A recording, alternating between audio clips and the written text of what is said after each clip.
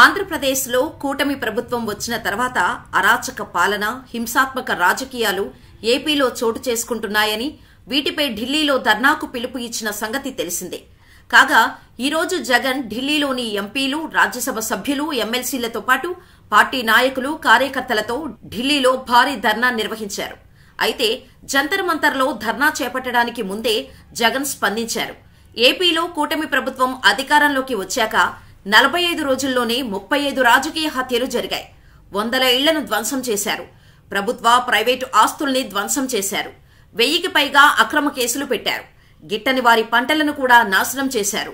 మా హయాంలో ఏనాడు ఇలాంటి దాడులు, దౌర్జన్యాల్ని ప్రోత్సహించలేదు. అసలు రాష్ట్రంలో ప్రజాస్వామ్యం ఉందా? ప్రజాస్వామ్యాన్ని ఖూనీ చేశారు. లోకేష్ రెడ్ బుక్ పేరుతో హోర్డింగ్లు పెట్టారు. తనకు నచ్చని వారిపై కక్ష సాధింపు చర్యలకు దిగుతున్నారు. ఏపీలో రాష్ట్రపతి పాలన విధించాలి. మీడియా, ప్రత్యేకించి జాతీయ మీడియా ఈ విషయాన్ని అందరి దృష్టికి తీసుకెళ్లి ప్రజాస్వామ్య పరిరక్షణకు కృషి చేయాలి అన్నారు జగన్. ఇదిలా ఉంటే వైసీపీ చేపట్టిన ధర్నాకు సమాజ్వాదీ పార్టీ వైఎస్ జగన్ ను కలిసి మద్దతు ప్రకటించింది.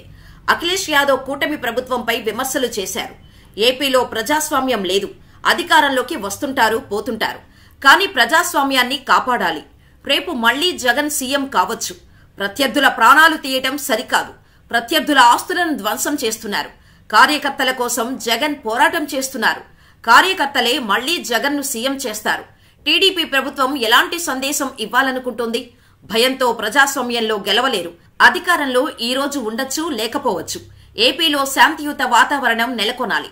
ప్రత్యర్థుల ప్రాణాలు తీయటం సరికాదు అని వైసీపీకి మద్దతు ప్రకటించారు. మొదటి నుంచి కేంద్రంలో ఎన్డీఏను జగన్ సమర్థిస్తూ వస్తున్నారు. కానీ ఏపీలో ఎన్డీఏ కూటమిని వైసీపీ వ్యతిరేకిస్తోంది. వైఎస్ఆర్సీపీకి ప్రస్తుతం 4 ఎంపీలు ఉన్నారు. రాజ్యసభలో 11 మంది ఎంపీలు ఉన్నారు. వీరి మద్దతు ఎన్డీఏ కూటమికే ఉంటుందని జగన్ ప్రకటించారు కూడా.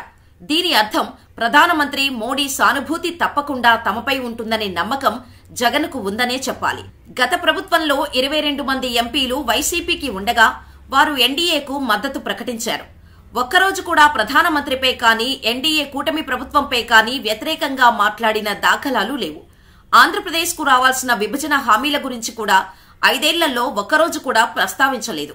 అందువల్ల తాము చేస్తున్న ధర్నాను కేంద్రంలోని ఎన్డీఏ వారు సమర్థిస్తారనే నమ్మకంతో జగన్ ఉన్నారని చెప్పవచ్చు. అందరికీ ఇక్కడ ఓ సందేహం రావచ్చు. ఢిల్లీలోనే ధర్నా ఎందుకు నిర్వహించాలి, ఏపీలో ఎందుకు నిర్వహించకూడదు అని. ఇక్కడే జగన్ చాలా తెలివిగా ఆలోచించారు.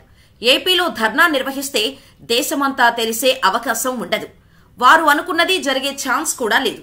అందుకే జగన్ పార్లమెంటు సమావేశాలు మొదలవుతున్న సమయంలో వైసీపీ సత్తా చూపించాలనే ఆలోచనతో ఈ దారి ఎంచుకున్నారు. 11 మంది ఎమ్మెల్యేలతో ఏం సత్తా చూపిస్తారు అనుకోవచ్చు. వైసీపీ శాసనసభ ఎన్నికల్లో ఓటమి చెందిన 4 పార్లమెంటు సభ్యులు, 11 మంది రాజ్యసభ సభ్యులు, 45 మంది శాసనమండలి సభ్యులు ఉన్నారు.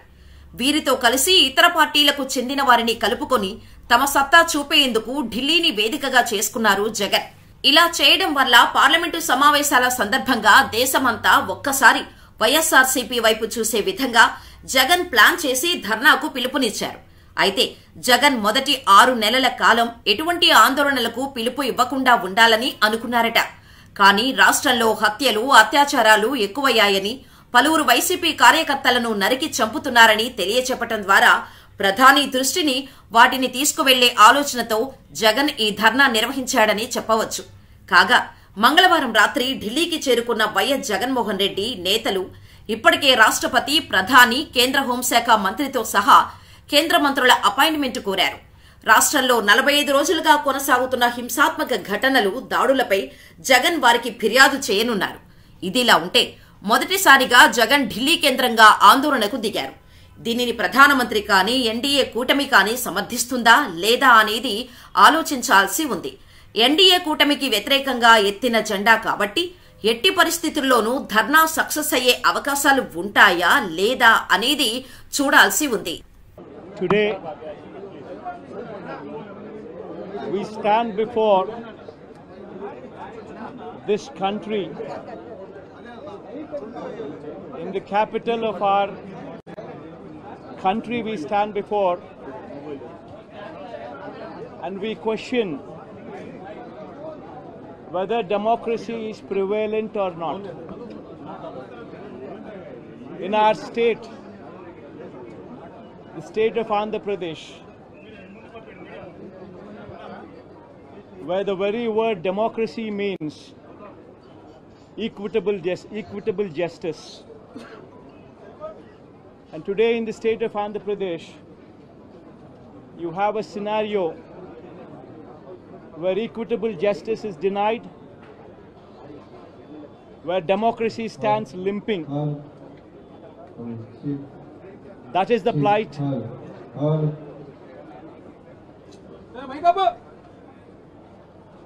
That is the plight of affairs in Andhra Pradesh. You have a government in place where within 45 days of coming into power, you have a situation where more than 30 people have been murdered, where you have more than 300 people on whom you have assaults taken place, which led to attempt of murder, where you have more than 560 properties, private properties vandalized, where you have more than 490 government properties also vandalized, where you also have more than 1,000 cases, where you have a situation of assaults taking place. Private properties destroyed. People walking into their houses, destroying the properties within. Where plantations have been destroyed. That is the plight of affairs in Andhra Pradesh. In fact, you have people like Chandrababu Naidu's son, Nara Lokesh, displaying a red book, where he displaying a red book is actually captured in the form of hoardings and displayed all over the state. And the contents in this red book are a list of officials, a list of politicians on whom they intend to take action, on whom they intend to assault.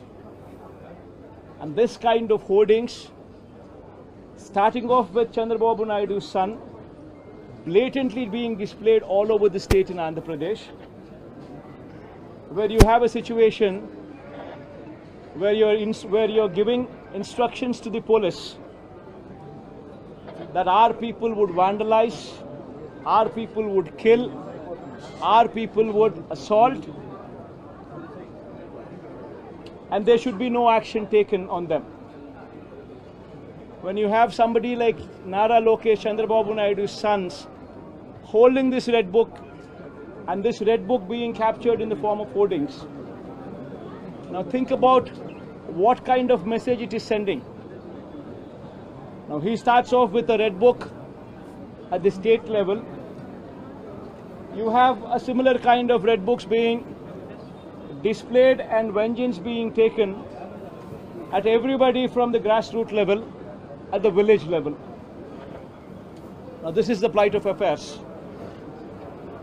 Now I'd like to question one thing. Today they are in power, tomorrow we could come into power. Yesterday we were in power. But when we were in power, we have never propagated such kind of behavior.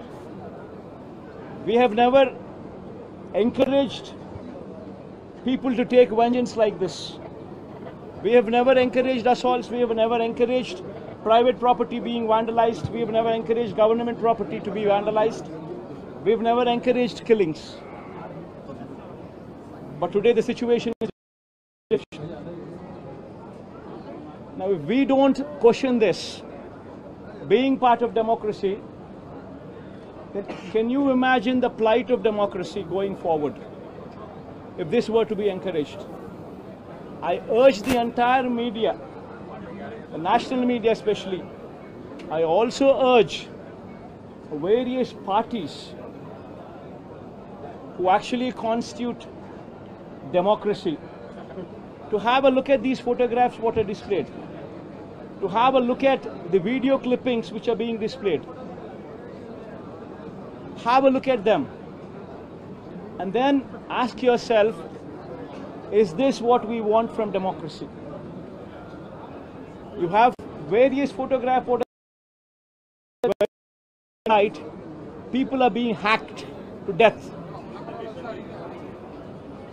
Where you have photographs displayed where you would find a corporator running for his life, stabbed multiple times.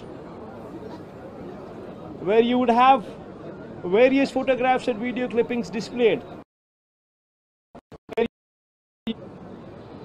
An MP, a member of parliament, touring his own constituency, visits a house of another MP who's also stationed in the same constituency, his house being garroted, stones pelted, his cars demolished, his cars being burnt.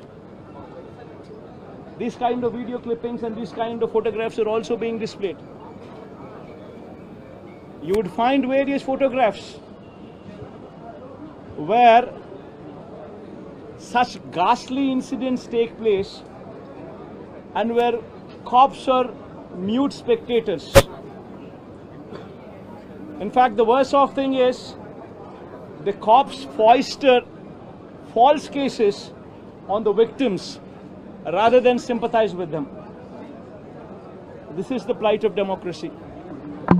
I urge the entire media, and as the day goes by, various leaders from various political parties whom we had requested to come over here to actually look at this protest, to actually look at this photo gallery protest which has been organized, displaying these photographs, displaying these video clippings, to please have a look at it and raise your voice.